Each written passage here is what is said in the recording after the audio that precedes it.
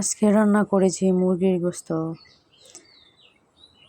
আসসালামু আলাইকুম। আজকে নতুন ভিডিও নিয়ে আপনাদের সকলের মাঝে হাজির হয়েছি। তো আজকে আমি রান্না করব মুরগির মাংস, পোলাও, পায়েস রান্না করব। তো আমাদের এখানে যারা কাজ করতে আসছে তারা চলে যাবে, তাদের জন্য আজকে রান্না করতেছি।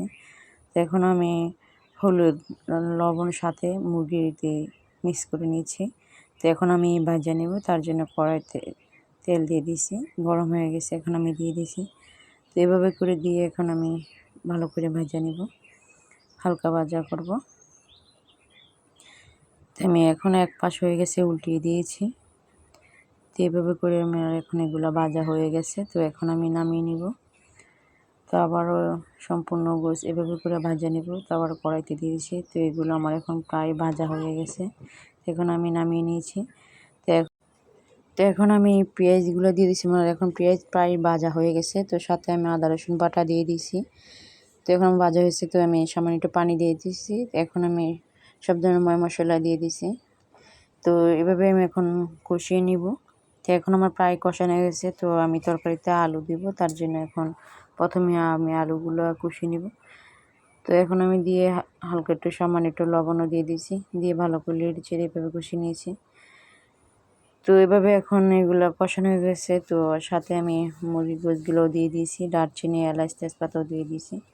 তো এখন আমি ভালো করে কষিয়ে নিব। তো এখন আমার প্রায় কষানো হয়ে গেছে। তো এখন আমি পানি দিব ঝোলের জন্য। আমার যতটুকু পানি দেওয়া ততটুকু দিয়ে দিয়েছি।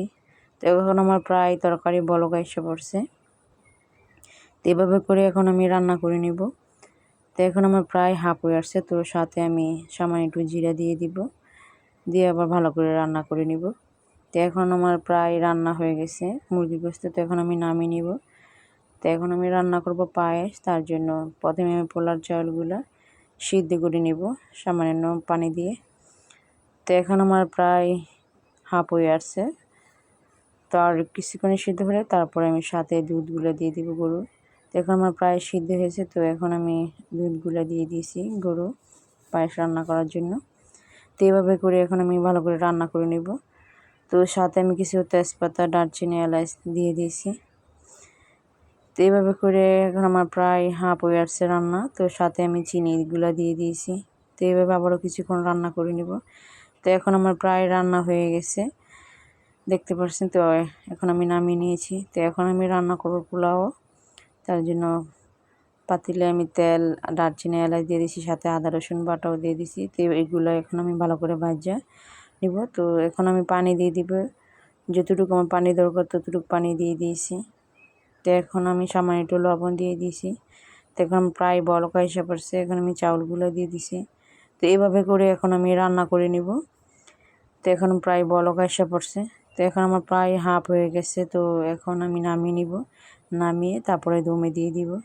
তো এখন আমি দমে দিয়ে দিয়েছি কিছুক্ষণের জন্য। তো এখন আমার প্রায় হয়ে গেছে। তো এখন আমি সবগুলো নেড়ে চেড়ে নিব। পোলাও আবার কি সুন্দর ঝরঝরা হয়েছে। তো আজকে আমি রান্না করেছি পায়েস, পোলাও, মুরগির তরকারি, মোটা ভাত। তো আজকের মতন আমার এখানে ভিডিও শেষ। নেক্সট কোনো ভালো কোনো ভিডিও নিয়ে আপনাদের সকালের মাঝে হাজির হবো। সেই পর্যন্ত সকলে ভালো থাকবেন, আমাকে সকলে সাপোর্ট করবেন। আল্লাহ হাফেজ।